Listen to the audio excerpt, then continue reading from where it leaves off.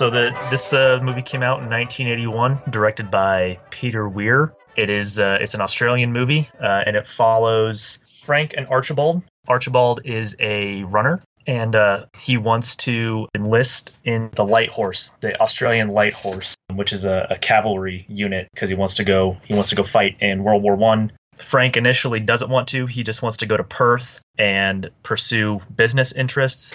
But kind of the thing that changes his mind is when they're traveling to Perth, and they stop at this farmhouse, and Archie says he's going to join the Light Horse, and the family, and more importantly, the cute daughter in the family, are all very impressed that he's going to be a Light Horse soldier, and so that kind of changes Frank's mind. So they both decide to enlist. Frank does not know how to ride a horse, though, so he ends up in the infantry and gets sent to Egypt with his 3 or 4 buddies, where during a training exercise, he ends up meeting Archie, and they both become, basically with Archie's recommendation to his commander, they both become runners for messages, because this is in the time before wireless communication. So this was still, if you wanted to use a field phone to talk from one end of the trench to the other, that wire had to actually be intact.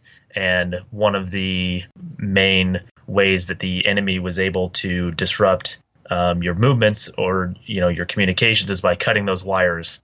And so they needed runners to run back and forth. And so since these two guys are very fast runners, they both got the job. They end up making a landing in the Gallipoli campaign. And I thought that this was kind of interesting, where they're showing basically like you have the trench, and, if you go above the trench or walk out on either side, you're going to get lit up by machine guns from the Turks that are there. But kind of if you just go a little bit behind the trench down on the beach, it's completely fine. I mean, there's still the errant artillery shell that'll come flying in, but like they're swimming, they were like, just hanging out on the beach. True, right. I thought that was kind of cool. But yeah, and then the movie basically works its way up to the main battle, where there is Archie is initially told that he's not going to have to do the charge because he's going to be the runner, and he basically gives Frank his spot. He goes to their commander and tells their commander that he wants Frank to be the runner that day instead of him, because he knows that if Frank is the runner, he won't have to participate in actual charge. And then Frank is running messages back and forth and is actually kind of trying to do his own little part to stop wave after wave of Australian forces from being sent out of the trench to basically die 5 yards down the road, because it's it's trench warfare. So the Turks are completely entrenched. They have machine guns, and every wave is just immediately cut down. And so Frank he goes to his boss's boss, and then he goes to his boss's boss's boss, and eventually gets the word, hey, let's we're gonna kind of regroup and maybe think about what we're doing here. And so he's running with that message back to their commander to basically tell him to call off the final charge, but he's not fast enough and doesn't quite make it, and Archie and the rest of his comrades end up getting killed in that final wave. And a few notes as everything kind of comes back to memory there. So it wasn't just that they were like, struggling in this campaign. It was like beyond futile. Like we sent up the first wave and they are all killed, and we killed none of the enemy. Send the second wave and they are all killed, and we killed none of the enemy. Like it was completely futile. Right. And when I said 5 yards, number one, that wasn't an exaggeration. Right. I mean, the dudes were making it 5 yards, and that was the guys that are making it the furthest. Right. And basically, it's the whole British thing of just we got to follow orders, though. We got to follow orders. If we all 100% of us die the moment we stick our heads up in this trench, doesn't matter, because that's the order, which ties to what you were saying. With that was right. Why Frank was like trying to go above and say like, we need a new order. Yeah. And there's shots where they're sitting in the trenches, and they're drinking water, smoking a cigarette, writing letters, and there are literally like feet like hanging over the edge of the trench of their dead buddies who got shot before they even made it all the way out of the trench, but there's nothing they can do about it. Oh, is this the one they're even like they're frantically writing letters and like hiding them real quick so they'll be found because they know they're gonna die in like 30 seconds? Yeah, they're and Ugh. they show them they show a lot of the guys will take their bayonets and stab them into the sandbags and the wall of the trench, Yeah, and then yeah. hang like a wedding ring or like their rosary or a letter or something on it. And then yeah, right before they go to get out of the trench, there's all these knives in the wall with all this stuff hanging on it of all the guys that are about to jump out of the trench to certain death. I mean, they 100% know they're not going to make it to the Turkish trench. And I keep saying Turkish. The guys that they're fighting they're from modern day Turkey. I think they refer to them as Turks in the movie because they're ethnically Turkish, but the actual country they're fighting is the Ottoman Empire. Yes, and we will get to that. Don't worry. Yeah. So I want to talk a little bit briefly about the running subplot. So yeah, we kind of meet our Archie as he is a runner, and I think he even goes to the town there to kind of challenge the other local fast guy in a race. And then of course Frank ends up being a pretty quick runner too, and not as quick as Archie though. And that ends up being kind of even a subplot throughout the movie is that Archie is faster than Frank. They're both fast, but Archie's faster. Yeah, and I thought it was kind of interesting from just a kind of a track nerd standpoint, if you will, that Archie he's a sprinter. Like his event is it's the 100, right? The 100-meter dash, Or probably, well, yard, I would imagine. But yes, or is it probably yards back 100 years ago. Yeah. right? Right. Oh yeah, because he says he runs it in under 9 seconds, and Yeah, I mean, yeah. he's fast, but he's not Usain Bolt fast. Right. So he's a sprinter like in his event, but the very first time we see him run, he runs a barefoot cross country race in the desert against a guy on a horse Oh, right. and wins Right. due to a technicality because the guy fell off his horse, but still he beat that guy. Yes. I was going to talk about too how the fact that Archie is faster than Frank ends up being a plot point with the whole idea that Archie wants to give Frank the job as the runner so Archie can participate. Kind of a point of pride, also kind of to protect Frank, who's his buddy. But then when Frank's running these messages back Right. and forth and they get Because the word Frank, Frank is in a bad way. The day before the battle, he's drinking. He's very clearly freaking out over the fact that he's going to have to fight in this battle, but he's not obviously going to say anything to Archie because he wants to, he doesn't want to be seen as a coward. He wants to, be there with his friend. Right. So basically the relationship between these two friends and the fact that they kind of both what's best for each other, and then the fact that Frank just is seconds late to getting the message relayed that would cancel that last charge that killed everybody, including Archie. If they had just done it the other way and Frank was prepared to fight and Archie was running, the idea is that Archie would have been just that little bit faster and would have saved all their lives. And the fact that they switched roles is what caused the deaths of everyone there. Now, so this event, the battle itself is accurate. This did happen, but these two characters are invented, I believe. And so this little running subplot is just kind of something they threw in for the movie, but this battle is a historical event. So the name of the movie is Gallipoli, and it's obviously the Gallipoli refers to the Gallipoli campaign of World War I, which is where they're fighting in the movie. Which it was, this huge campaign in the Dardanelles area of Turkey, basically to kind of gain. The Allies were trying to gain access to the Black Sea, or not is it the Black Sea? Yeah. Let me I need to look at actually. a map. I'm gonna let me spell. Yeah, it is the Black Sea. Yeah, let me spell out that geography a little bit more. So we've been here before. We've talked about, and I can't remember off the top of my head which movies we've dealt to this part of the world before. But so Istanbul / Constantinople, super important to this part of the world. So we talked about the Black Sea when we were looking at Battleship Potemkin, and Odessa is kind of on the north end of that we dealt with in Battleship Potemkin. And then in the southwest corner of the Black Sea is Istanbul. But then it's actually kind of this Istanbul is just in this perfect spot, both economically and strategically from a military standpoint. And you have what we've talked about before, the Sea of Marmara that connects the Black Sea to the Aegean Sea and then into the Mediterranean. But then there's these two little straits. So on the one side by Istanbul, you have The Bosporus Strait. Yes, the Bosporus is over by Istanbul. So then the Dardanelles connect on the other side, and Gallipoli is just kind of the name of this peninsula on the north side of the Dardanelles, with kind of Anatolia / modern Turkey on the south side of it. So it's just this small little stretch of water, with Gallipoli being the water on the north side. So what the Allies, I guess, because this is again all during World War One, and there's both kind of just kind of a proxy battle going on here. Russia is an ally to Britain and France during this stage of World War One,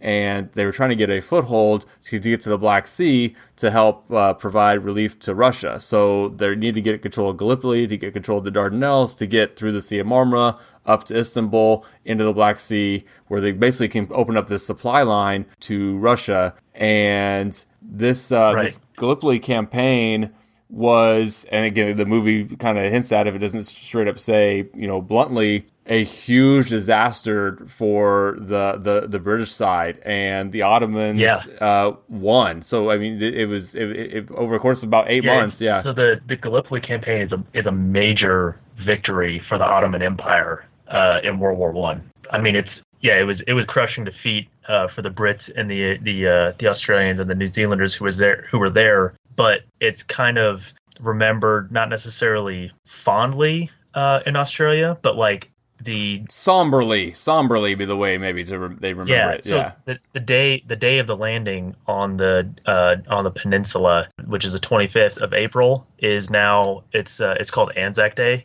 in Australia and New Zealand, and it's basically their Memorial Day. Yes. The British was, the main reason they were there, but then as kind of subsidiaries, the Brits and the New Zealand forces ended up being kind of the main forces recruited for this particular part of the British cause in World War One. And did you see what Anzac actually meant? Yeah, it's Australian and New Zealand Army Corps. Army Corps. Yeah. So it's an acronym. Yes. But but that's the day that they, I mean, even like their, fallen service members from subsequent wars, they remember them all on Anzac Day like we do with Memorial Day. Yes, absolutely. And then the flip side is, so we're nearing the end of the Ottoman Empire, not during this campaign obviously, but by the end of World War One, the Ottoman Empire will cease to exist. But even then, Turkey today kind of looks back on this as the other side. This is like the last hurrah of the Ottoman Empire and a point of pride in Turkey today. So this is a very, very pivotal moment for a lot of people throughout the world. Yeah, and I guess the very first, the founder and the president of Turkey, Kemal Ataturk, he was one of the commanders on the Ottoman side of this conflict. And then basically after the Ottoman Empire was kind of defeated in World War One, kind of formed the basis for Turkey to kind of start its own war of independence. And then this guy who had this war experience from World War One ended up becoming the first president of Turkey, basically Turkish George Washington. So it's a lot of moving parts in world history all kind of coming together here, and then it definitely had an impact even to today. And since we are in World War One, we're kind of bounced all over here a little bit, but I wanted to mention just the larger context here, since we are talking about World War One, and it is one where a lot of people kind of roughly know that you kind of just, and it is what you remember from school, essentially, where at the end of the 19th century, just a lot of Europe and the surrounding areas there was a lot of these alliances, like, well, hey, if anybody bothers you, we got your back. And then, then two other countries made the same deal. So yes, when the, Austrian Archduke, was it, off the top of my head, it's Franz Ferdinand, right? Yeah. And was assassinated. So Austria is now mad at Serbia and ultimately mobilizes against them. But then Russia's like, well, hey, we got Serbia's back. And it just kind of escalates with everybody declaring war on everybody else's buddies. And basically it just becomes, what starts as, obviously it's a big deal that the guy got assassinated, but this shouldn't necessarily precipitated a literal world war.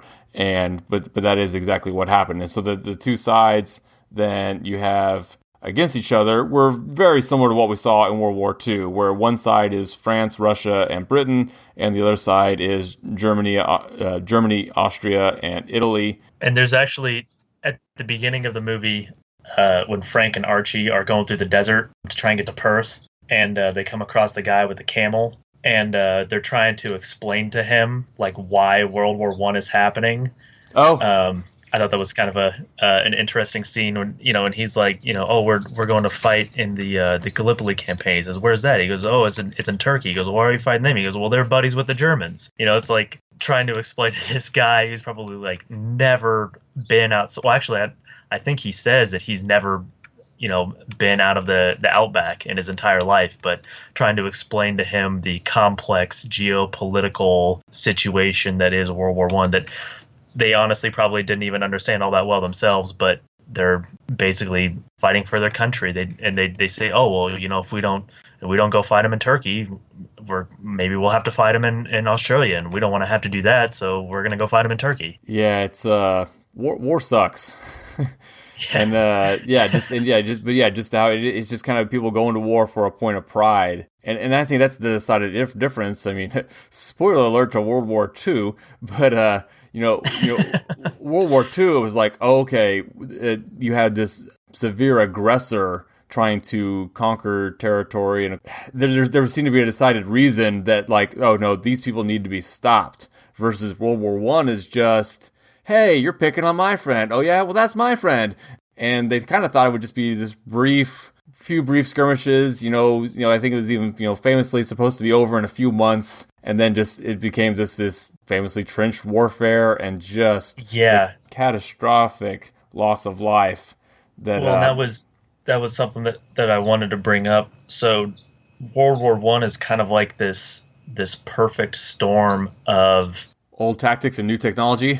Exactly. The tactics had advanced, or the technology had advanced so quickly that it outpaced the tactics used to try and mitigate the effects of those technologies.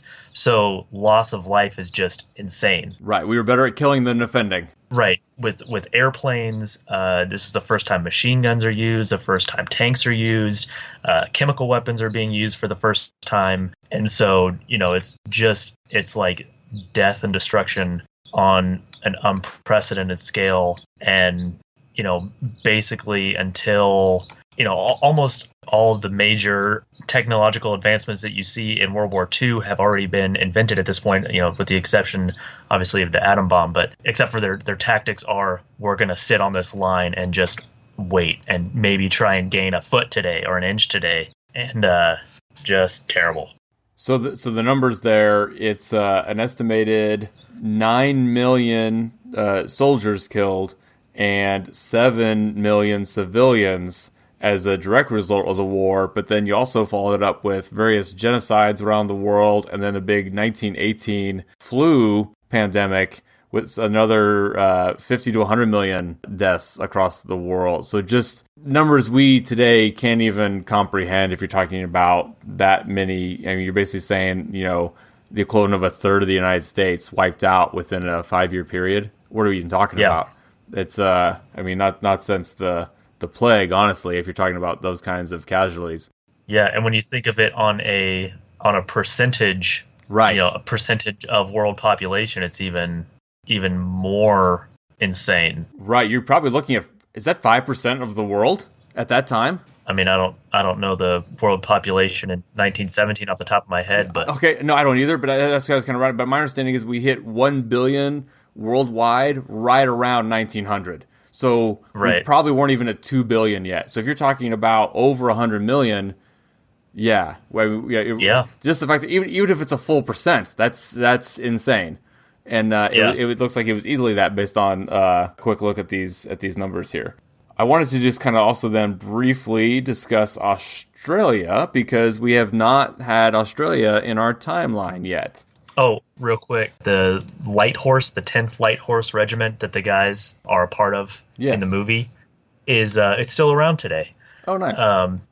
So there's now it's like an armored cavalry regiment, but it's a cavalry regiment, and they still call themselves the 10th Light Horse, and they're still in Western Australia, and they can trace their lineage all the way back to 1914, which is the same time this movie came out. So I just thought that was kind of interesting.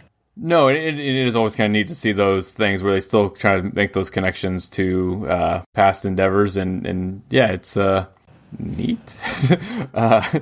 So So Australia. So the Aboriginal Australians were first believed to arrive on the island of Australia 40 to 70,000 years ago, and the culture and traditions that they have are considered some of the oldest in human history, as far as, because some of those still survive to today. And Europeans kind of came over the course of a few hundred years here, but there was the first landing is believed to be a Dutch guy in 1606.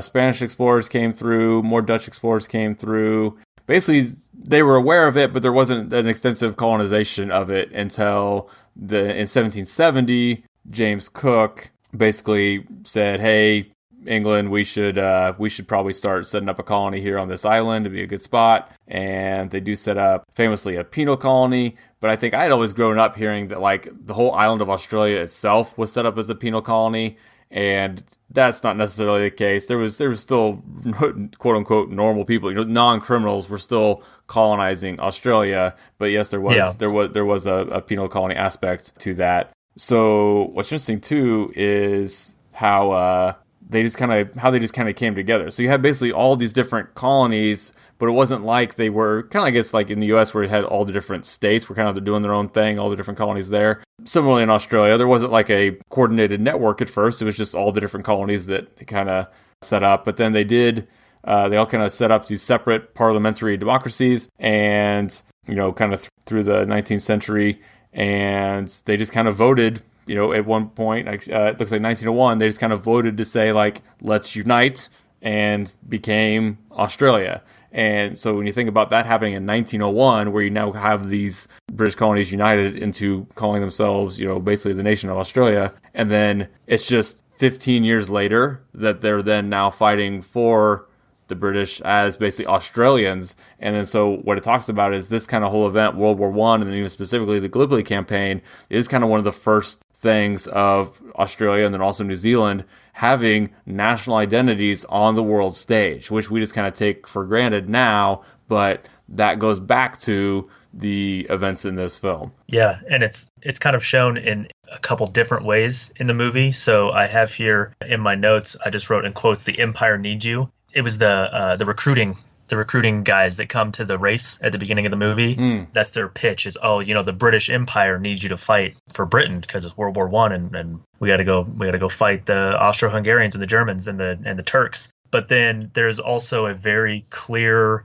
kind of animosity going both ways between the Australian and New Zealand soldiers and the British commanders of their units, of course, which is shown in I thought, a pretty funny way when they're in Cairo and Frank and his buddies all buy donkeys so that they can ride their donkeys behind the two British officers riding their horses and, mock them and talk in, posh British accents. And they put little monocles in and basically saying, look what buffoons these guys are. And then, the British, have the animosity going the other way. They're like, these Australian soldiers are just so uncivilized and unruly. But yeah, I thought that was kind of an interesting dynamic between the Brits and the Australians and the New Zealanders. That probably exists to a certain extent today as well. Oh, for sure. For sure. Because, New Zealanders do not enjoy being mistaken for Australians. Right. And the Brits probably still kind of turn their nose up at both of them. Yeah. So yeah, that's kind of funny. I also thought it was interesting. You mentioned, they were in Cairo. There was kind of their staging area before they go to Gallipoli. And I thought it was really neat to see them just kind of hanging out and basically just playing around and picnicking by the Sphinx. And just this juxtaposition of course, especially us now in 2019 and a movie from 1981 about an event in 1914. And then they're on these thousands of years old Sphinx. You just think of just the layers of human civilization that kind of are in that scene. Yeah. An additional layer when they have their foot race to the pyramid, when they say, we're going to race to the pyramid, and they both race to the pyramid and they climb to the top and they carve their name in the top, and their name is being carved next to two soldiers' names from Napoleon's army. Oh, that's from right. when Napoleon was in Egypt. Oh, wow. Yeah. It's crazy. So, yes, a very, very good movie. I do want to talk about Peter Weir. So, a director who I would say he's one where you don't know his name unless you're really into movies, but I guarantee you've heard of a lot of his movies. So Yes. Gallipoli was a big one. Other ones that I have not seen, but I think I'd kind of heard of in his early career, Picnic at Hanging Rock and The Year of Living Dangerously are definitely two that are on my radar, but I haven't seen yet. But then he gets into Witness with Harrison Ford in 1985. One of my favorite movies, Dead Poets Society, 1989 is Peter Weir. The Truman Show with Jim Carrey, everyone's probably heard of. Yeah. And then listeners of the podcast will maybe remember Peter Weir from Master and Commander. Absolutely, yes. Master and Commander that we did do last season was also Peter Weir. So very successful director, and this movie is a 91% on Rotten Tomatoes. Definitely worth your time if you hadn't seen it. And again, I'd heard of it, but I hadn't seen it at all until a couple years ago when, again, I kind of watched it for this, but a little too early. And we haven't mentioned yet that Frank is played by Mel Gibson, so this is one of the big movies from early in Mel Gibson's career. Yeah, very young Mel Gibson. I think he's like around my age, maybe even younger. Let's look that up. Oh, he was 25. He's 25 when this movie came out. So you're younger than me. Oh, a couple other notes here. When they're in the trenches getting ready to do the charge, the commander or the commanders of the different units that are getting ready to charge make their guys unload, and I'm not 100% sure why that was, but I can only imagine it was so that the ammo wasn't wasted being in their rifle laying out, between the two trenches. Basically, they just fixed bayonets and said, all right, get out there, don't take any ammo with you. And then another little side note that I have here, very 80s soundtrack. Oh, yeah, true. Yeah, it's interesting, though, too, because you would be like, it's one of the worst decades for music holding up to the modern era. Because, a 70s movie, usually the music holds up better. A 90s movie, 60s movie. But the 80s, sorry, the soundtracks just don't hold up. But usually even like war movies that are made in the 80s, they'll at least have, this like, orchestral kind of soundtrack with, these big swelling musical numbers to kind of, give a lot of, gravity to the situation. No, true. Yeah, I'm not, it's not universal. But like in this movie, you have like Mel Gibson running to, save the life of him and his comrades. And then this like synthesized like as he's like running through this trench. And it's like, what even is that? Yeah. And I forgot to mention, too, I did want to talk about, we kind of talked about them briefly, so this is the end of the Ottoman Empire, but it's significant because, and again, I love anytime we can just get ancient things closer to us. And you kind of talked about with the whole, the way Britain kind of redrew the map, last week, and then that kind of ties into this part of the world again this week, and how that still affects us today. But so the Ottoman Empire basically came to prominence and took over from the Byzantine Empire, but the Byzantine Empire was really just another name for the eastern half of the Roman Empire. So you basically have the Roman Empire, who then evolves in the eastern half to the Byzantine Empire, and then in the 15th century, the Ottoman Empire evolves from Anatolia, takes over Constantinople, renames it Istanbul, and basically that's in 1453 it looks like here, and that lasted, the Ottoman Empire, until World War I. So basically which is then succeeded by Turkey, which is still around today. Exactly. So you go from the Roman Empire to today, and you're basically just having a few different parties involved with who's controlling this area. So it's I don't know. I do just kind of find that fascinating. Yeah. Okay. Any other thoughts before we kind of just, I guess, transition this in the next week? No, I think that covers it. So yes, we will be sticking with World War I for the next few weeks here, but we will be looking at the 1962 Best Picture winner, Lawrence of Arabia, starring Peter O'Toole. I'm so excited.